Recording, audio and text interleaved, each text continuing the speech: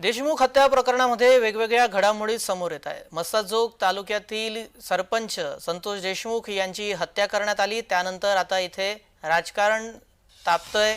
देशमुख हत्या प्रकरण आणि बीडमध्ये घडामोडींना वेग आल्याचं दिसतंय। एसआयटीचं पथक पोहोचलेलं आहे बीडमध्ये।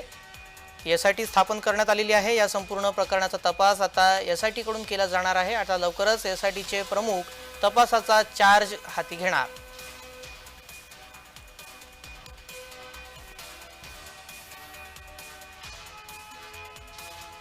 बीडमध्ये आपण पाहतोय एसआयटीचं पथक पोहोचलेलं आहे आणि आता या तपासाचा चार्ज बीड एसआयटीचे प्रमुख घेतील आणि या संपूर्ण प्रकरणाचा तपास एसआयटी मार्फत होणार आहे। या प्रकरणामध्ये वाल्मिक कराडला पोलीस कोठडी सीआयडीची कोठडी ठोठावण्यात आलेली आहे।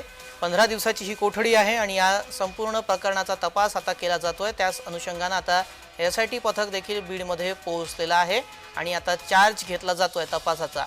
त्यामुळे आता एसआयटी यामध्ये लवकरात लवकर कशा प्रकारे तपास करते आणि तपासांती काय समोर येतं पाहावं लागणार।